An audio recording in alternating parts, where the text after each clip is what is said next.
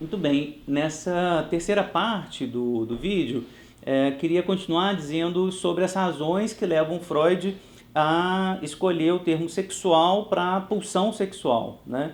A gente já viu algumas dessas razões e eu queria agora, nessa parte final, lembrar de três outras razões e partir para a conclusão dessa conversa que eu estou convidando vocês. Queria que vocês comentassem, me perguntassem se ficou alguma dúvida, criticassem essa aula, porque é importante para a gente pensar nessa noção fundamental do Freud, já que ela me parece ser uma das bases sobre as quais a psicanálise repousa. Então, mais uma das razões é que, e eu acho essa bastante importante, já apontei para ela no vídeo anterior, é que no campo da sexualidade, a lógica do a posteriori vai ser muito evidente, vai ser a mais evidente de todas, né? É só depois que vivências prazerosas vão ganhar o sentido que tem, e isso institui uma certa lógica do trauma, por sua vez. Então, essa ideia do traumático em Freud, ela está intimamente ligada ao sexual, na medida em que as vivências prazerosas vividas pela criança, né, que é excitada pelo adulto, essas vivências, elas só ganham um sentido sexual muito tempo depois, porque o sentido sexual genital, né, no sentido específico aqui, só é atribuído a essa vivência prazerosa muito tempo depois para a criança. Quando a criança está brincando, seja com um adulto, seja com outra criança, insisto em dizer que eu não estou falando aqui do abuso sexual, não estou falando de vivências perversas, né? Estou falando apenas de uma sexualidade, de uma sedução generalizada que está acontecendo, que está constituindo a criança, mas mesmo essa sexualidade constitutiva, mesmo essas seduções generalizadas, elas vão ser traumáticas para a criança, porque as crianças vão viver determinadas experiências prazerosas e o sentido que está mais ligado a essa sexualidade adulta só vai ser conseguido, só vai ser fechado muito tempo mais tarde. Ou seja, o ataque que a criança sofre dessas experiências, elas vão vir de dentro. Elas não vão ser reconhecidos como ataque lá atrás. Aquela excitação, para ficar nos exemplos que o Freud gosta muito, né? Aquela excitação que a criança sentia nos cuidados maternos, está presente nos três ensaios. Nos cuidados maternos, na hora do banho, né, na hora de dormir junto, com os pais, etc., que pode ser feito, né, no maior carinho, numa cena não abusiva, né, super tranquila, vão ser sentidos consciente ou inconscientemente como sexuais apenas mais tarde. A instituição da lógica do a posteriori, no campo do sexual, ela é muito mais evidente do que, por exemplo, eu insisto nessa comparação, no campo da dietética, né? A gente pode descobrir mais tarde que a gente é vegetariano, por exemplo, e comia carne e não sabia exatamente o que significava comer carne. A posteriori, a gente pode ressignificar isso lá do passado e rever os nossos comportamentos alimentares, por exemplo. Mas não tem a força, esse tipo de ressignificação, que o prazer que constitui o sujeito, que constitui o modo que ele usa seus prazeres, vai ter ao longo da vida desse sujeito. Um detalhe importante nessa questão do a posteriori é que a sexualidade adulta, né, supostamente agora organizada sobre a primazia do genital, que muitas vezes, né, ao longo do século XX, né, mesmo Freud, eu acho que acabava defendendo um pouco essa ideia de que havia um certo desenvolvimento esperado, né, do sujeito para que ele se organizasse dessa forma, a primazia do genital organizando e de alguma maneira reprimindo a sexualidade infantil. Nessa organização genital, ela fica clara essa lógica do a posteriori, né? Fica claro também como que a sexualidade genital ela é mais tardia, né?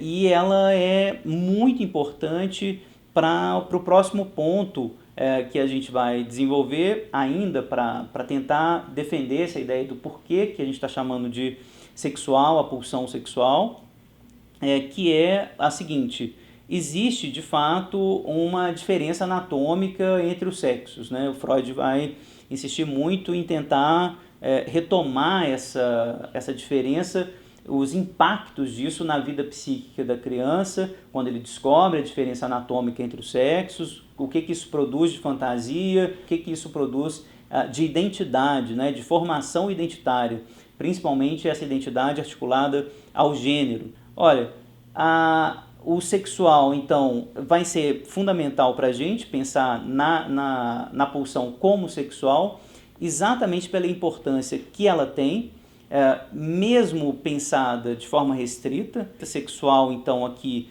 muito atrelado ao sexo, ou seja, ao formato anatômico dos corpos, como sendo uma das grandes fontes identitárias humanas. Então, por que insistir na nomeação dessa força da pulsão como sexual? Porque essa força é a força que nos constitui identitariamente também. Então, em grande medida, a nossa identidade ela é perpassada, atravessada pela identidade de gênero. Essa distinção entre o sexo, o gênero, o sexual vai ser exatamente uma das distinções que o Laplanche vai trabalhar no artigo que tem exatamente esse título, gênero, sexo, sexual, e que eu gostaria de ler a definição de sexual aqui e trabalhar com vocês rapidamente a ideia de sexual que aparece nesse texto como um dos argumentos que vão fazer parte desses argumentos do porquê chamar de sexual a energia sexual, o pulsional. Então eu vou ler essa passagem agora para vocês. A primeira definição é o gênero. Né? O gênero ele é plural, é geralmente duplo, com masculino e feminino, mas não é por natureza. É muitas vezes plural, como na história das línguas, na evolução social. Né? O sexo é dual. E um parêntese aqui, nem o sexo é muito dual, mas de maneira geral ele é dual, né? Marcado, né? Pela reprodução sexuada, também pela simbolização humana, que vai fixar e vai engessar essa dualidade em presença, ausência, em fálico, castrado. Finalmente, o sexual ele é múltiplo, ele é polimorfo, ele é a descoberta fundamental de Freud, ele fundamenta-se no recalque, no inconsciente, na fantasia, é o objeto da psicanálise. A proposição, então, que é consequência dessas três definições e é isso que eu queria deixar para vocês, para a gente pensar, o sexual é o resíduo inconsciente do recalque, simbolização do gênero pelo sexo. Então é essa proposição do Laplanche que eu acho que é muito importante a gente fazer trabalhar, pensar ao longo do tempo aqui nessas discussões mais contemporâneas que a gente está tendo, principalmente com o feminismo. Essa definição me parece a mais importante definição do sexual. O sexual, então, como resíduo inconsciente do recalque e simbolização do gênero pelo sexo. Ou seja, o que o Laplanche está propondo é que o sexo, a forma anatômica, ela oferece um tipo de via de simbolização, um tipo de via de recalcamento muito privilegiado, muito facilitado na nossa cultura, que organiza a nossa sexualidade via gênero. Né? Então, a diferença anatômica binária, né, ela autoriza, por assim dizer, ela convida, ela quase convoca, impõe um tipo de tradução, que é, por sua vez, essa tradução recalcante, que ela é repressora, que ela vai tentar, de alguma maneira, organizar a sexualidade apenas dessa forma binária, do sexual, da sexualidade ampliada freudiana, da sexualidade infantil, que de maneira nenhuma se articulava a essa forma anatômica no início. Mais uma razão para a gente utilizar ainda a noção de sexual como sendo a noção de que é o que define a pulsão, pela força identitária que ela tem, pela força organizadora da vida psíquica como um todo que ela tem, e essas vias facilitadas que a gente encontra no próprio corpo para organizar o sexual, me parece uma das razões que estão presentes no Freud, mas que eu acho uma leitura mais contemporânea mostra para a gente de forma mais clara. O último ponto que eu gostaria de tratar é a ideia de que o sexual parece ser uma metáfora boa para nomear a pulsão sexual, exatamente porque o sexual ele tem sido alvo ao longo da história de inúmeras tentativas de repressão. Muito mais, eu tenho a impressão, do que qualquer outro tipo de comportamento humano. No que tange a sexualidade, parece que ela é alvo mesmo, não apenas do controle comportamental, moral, como todos os outros comportamentos humanos são, na dietética, né, sobre como conversar, como se comportar em lugares públicos, etc. Mas no que tange a sexualidade, para além desses ordenamentos, para além dessa experiência de controle, de repressão, esse controle ele sempre parece mais mortífero, sempre parece mais radical, não só por aquilo que eles convocam, esses controles, né, toda uma certa política de como nós vamos nos amar, de como nós vamos nos relacionar uns com os outros, mas também uma certa política identitária, como eu falei ao longo do vídeo. Parece que a sexualidade de maneira geral, por ser atrelada ao gênero, por ser atrelada à identidade de gênero e à identidade geral, tem uma certa incidência mais poderosa ainda dessa repressão. Vocês vão ver nos textos clássicos do Freud, o texto O Mal-Estar na Civilização, isso aparece, a Doença Moderna, por exemplo, é um outro artigo do Freud onde isso vai aparecer também de forma clara, onde essa confusão, eu iniciei o vídeo falando dessa confusão, está presente no Freud, né? Uma certa repressão sexual gerando mal-estar, uma repressão social que vai fazer com que a gente tenha que renunciar demais aos prazeres da sexualidade propriamente dita, mas também a outros prazeres ligados à sexualidade infantil, ao sadismo, exibicionismo, voyeurismo, etc. A gente tem que renunciar a essa sexualidade infantil e se submeter a uma outra organização sexual, essa sim, sob a primazia do genital, sobre a primazia desse binarismo que a anatomia parece forçar com que todos se organizem e se submetam. Por fim, queria lembrar que no livro Vida e Morte em Psicanálise, o que o Laplanche vai mostrar é que a força do sexual em psicanálise sempre tem que ser atrelada àquela força que estava descrita sob a pulsão sexual ligada à sexualidade infantil, perversa e polimorfa, já em 1905.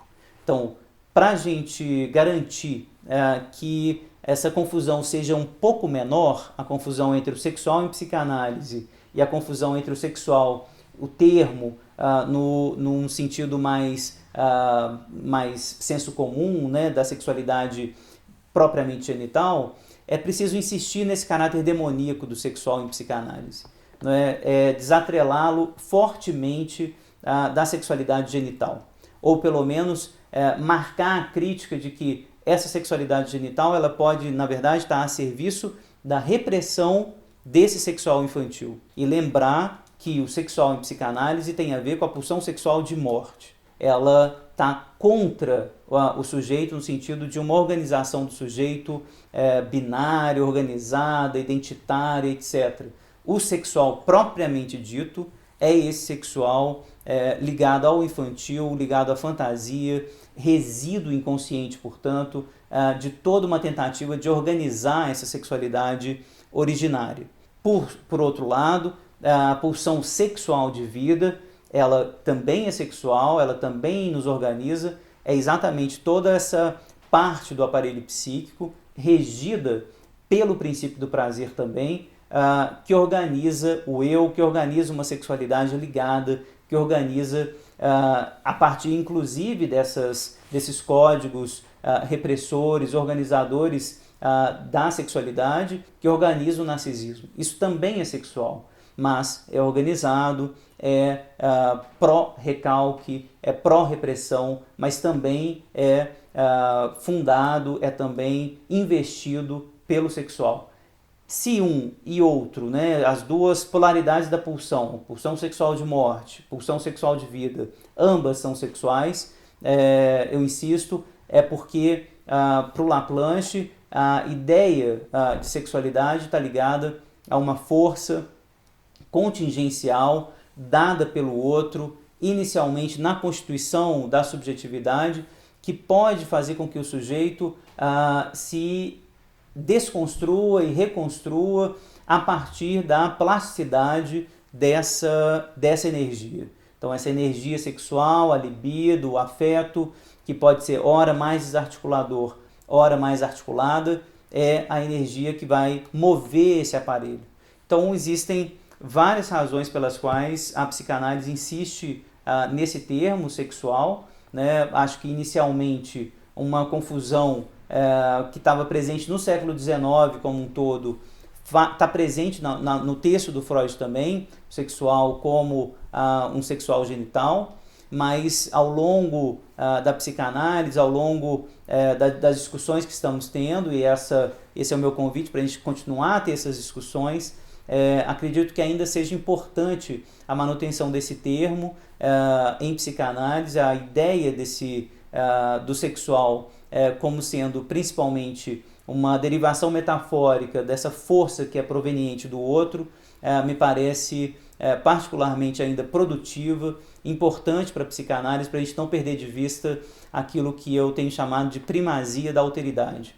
Então, uma força sexual presente no sujeito, que não é o sujeito inteiramente, é parte dele, está nele, que o ataca a partir de dentro. Isso me parece ser uma definição do sexual que guarda ainda esse caráter demoníaco, disruptivo, que ele tinha quando apresentado em 1905 pelo Freud. Então fica aí o meu convite para a gente conversar sobre essa noção fundamental na psicanálise.